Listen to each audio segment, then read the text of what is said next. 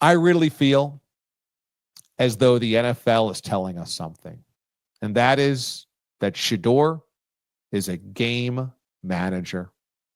Now, game manager has been a criticism in many, many years. It has been the ultimate backhanded compliment. Trent Dilfer won a Super Bowl as a game manager. Today, your game managers are just not guys that can win you a Super Bowl. You have to have everything else great alongside it to win. Some have said Brock Purdy is a game manager.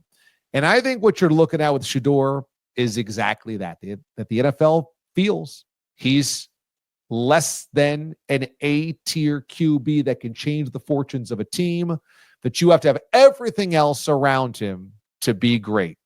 And I say that because just look at some of the feedback we're getting from around the NFL's voices, okay?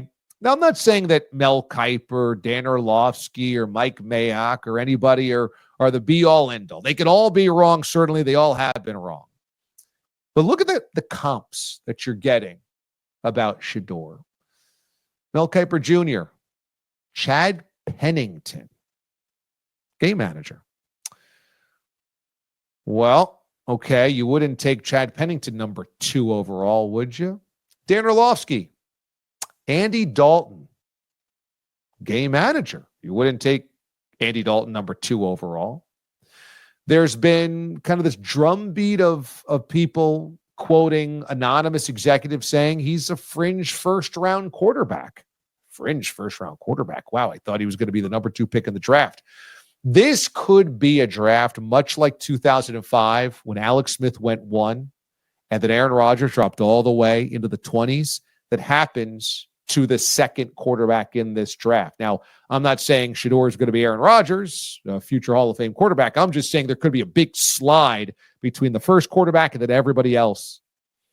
And I just think the more that you hear, the more you should listen, because it's not 1 or 2 voices saying, I don't know. It's a lot of voices saying he'll be good, but not great. I think a lot of those voices are tuned into what NFL executives are saying. And I just think that, and I've mentioned this before, Shedeur has gotten the benefit of the doubt in our collective psyches as being dynamic because A, his dad was, and B, he's famous. You know, if it was just Shedeur Thompson and he played for, Arkansas, I don't think he's the number 2 projected pick in the draft. What has come with being Deion's son has been elevate your persona and elevate your Q rating. He's got plenty of commercial deals. He's all over media. He's got this great social media swell. The camera's on him at Colorado. He's got celebrities on the sideline, which makes everything that he does feel important. Deion's doing 1 million interviews. He's the most visible head coach in college football. I think people have anointed the Deion Sanders conscientiousness into his son. And actually, they're 2 different guys. That Shedeur is not Jaden Daniels. Shedeur is not Deion Sanders. Shedeur is famous. Shedeur was productive. Shedeur was a very good college quarterback, but he wasn't Deion. And he wasn't a dynamic, game-breaking, oh my goodness, Caleb Williams, can you believe that throw?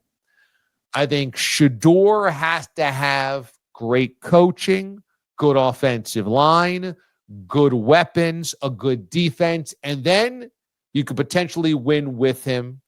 And I would bring up the comp of Ben Roethlisberger. Now, again, I'm not going to say he's going to have a Hall of Fame career like Ben. Ben won a pair of Super Bowls. Not what I'm saying. I'm just saying, look where Ben was drafted. And it just so happened it was the Pittsburgh Steelers. It was a draft where Eli was the number 1 pick, the number 1 quarterback. And then people wondered, okay, Phillip Rivers, Ben Roethlisberger. Well, Ben ended up in the perfect place. Ben went to a coaching staff that had Bill Cowher and had been in multiple AFC championship games, and they had gone to a Super Bowl with Neil O'Donnell a couple of years before. They'd had Cordell Stewart there, okay, and they'd gone to AFC championship games. They had an elite defense, absolutely elite, with James Harrison and Troy Polamalu and all of those incredible players. And they had a great running game with Jerome Bettis, a future Hall of Famer. And they told Ben, when he took over the reins as a rookie, hey, man, don't throw us out of games. And they went 15-1 and lost in the AFC championship game. The second year, much of the same, had good wide receivers. They had Hines Ward, but they ran the football with Jerome Bettis well. They did a great offensive line. They won a Super Bowl. That was not a Big Ben Super Bowl. That was a collective Super Bowl. And so I think Shedeur falls into that realm. If everything around him is great, you might be able to win some football games. But don't expect a bad franchise to get turned around because of his electric, dynamic play. That's not the type of guy that he is. NFL executives are telling you that.